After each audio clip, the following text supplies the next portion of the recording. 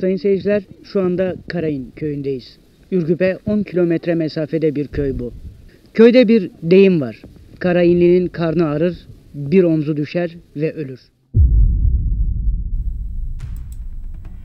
Nevşehir'in derinliklerinde tarih kokan eski bir ev.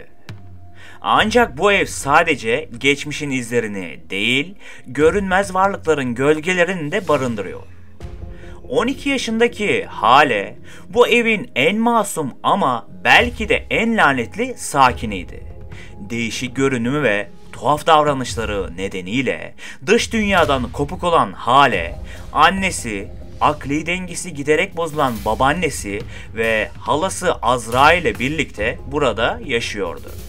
Ancak bu aileyi bekleyen şey sadece geçmişin karanlığı değil, onların bilmediği ama Hale'nin hissettiği bir dehşet adım adım yaklaşıyordu.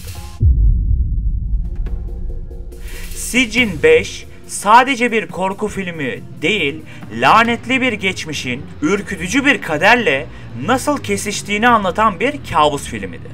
Evet dostlarım, yerli filmlerimizden biri olan Sicin 5 hakkında bilinmeyenlere geçmeden önce videoyu beğenmeyi ve kanala abone olmayı sakın unutmayın.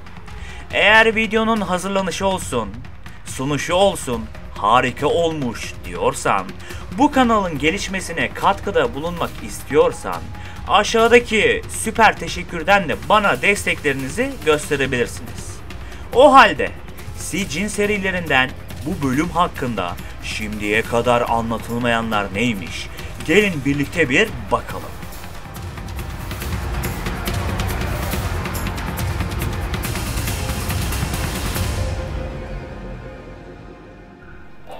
Sicin 5'te yer alan bazı sahnelerde gerçek medyumlar tarafından kullanılan bazı ritüellerin birebir kopyalandığı söylenmektedir.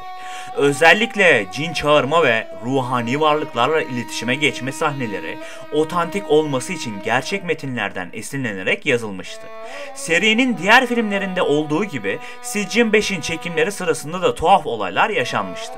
Oyuncular ve set ekibi çekimler sırasında aniden bozulup duran ışıklardan ve set ekipmanlarının kendi kendine devrilmesinden bahsetmişti. Ayrıca bazı sahnelerde duyulan uğultuların kayıt cihazlarında farklı bir şekilde çıktığı iddia edilmişti. Filmde Hale karakterini canlandıran küçük oyuncu, karakterin psikolojisini daha iyi yansıtabilmek için özel bir eğitim almıştı.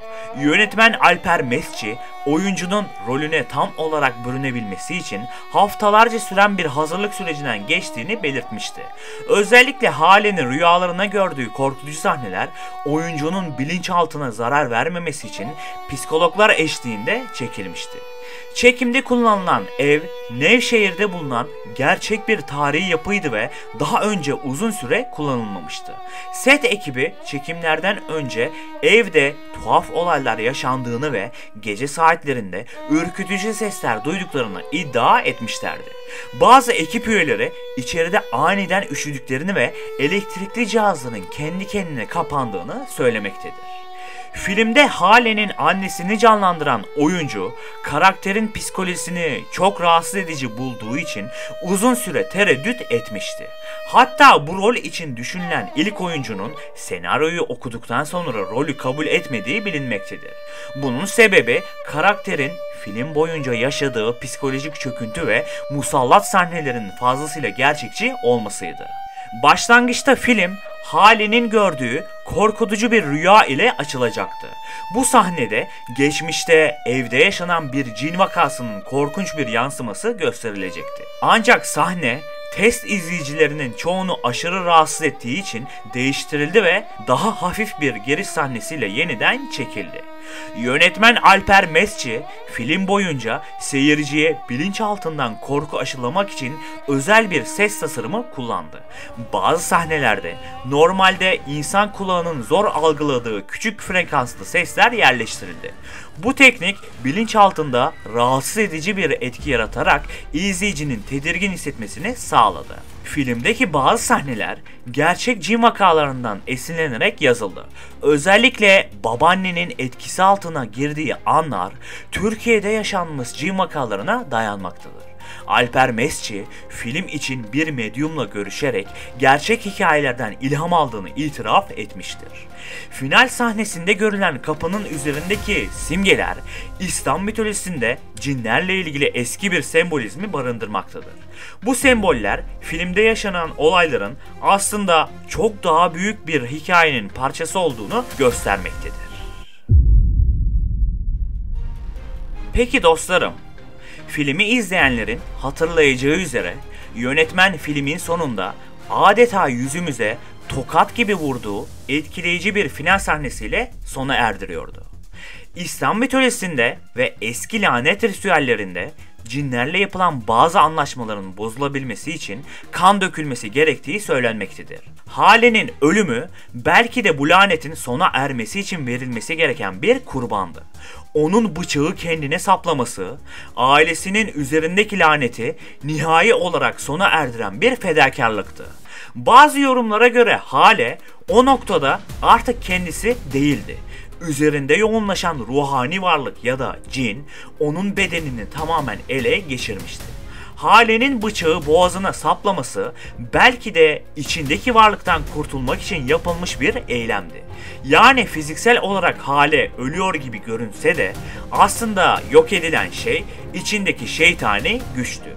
Sicin 5'in finali klasik korku filmlerinin mutlu sonlarından çok farklıdır. Genellikle korku filmlerinde ana karakterler bir şekilde kurtulur veya hayatta kalır.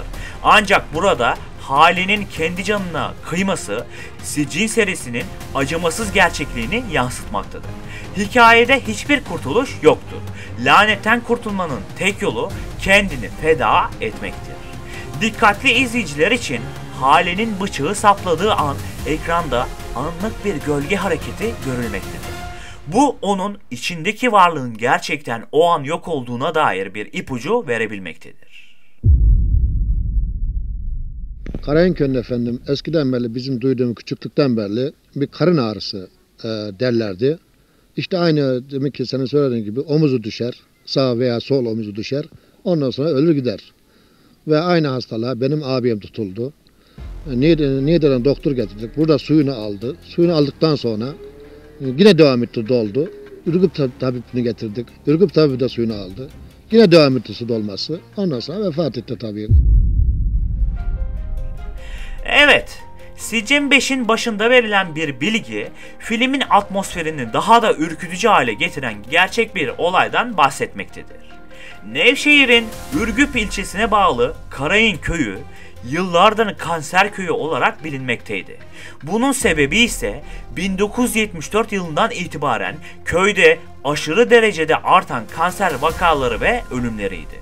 Bilim insanlarına göre ise bunun en büyük nedeni köyün jeolojik yapısıydı. Çünkü Karayın Köyü'nün toprak yapısında asbeste rastlanmıştır. Asbest uzun süre solunduğunda kansere yol açabilen ölümcül bir mineraldir. Ancak bölge halkı yaşanan ölümlerin sadece bilimsel bir açıklaması olduğunu düşünmüyor. Köyde yıllardır anlatılan efsanelere göre burası cinler tarafından lanetlenmiş bir bölgeydi.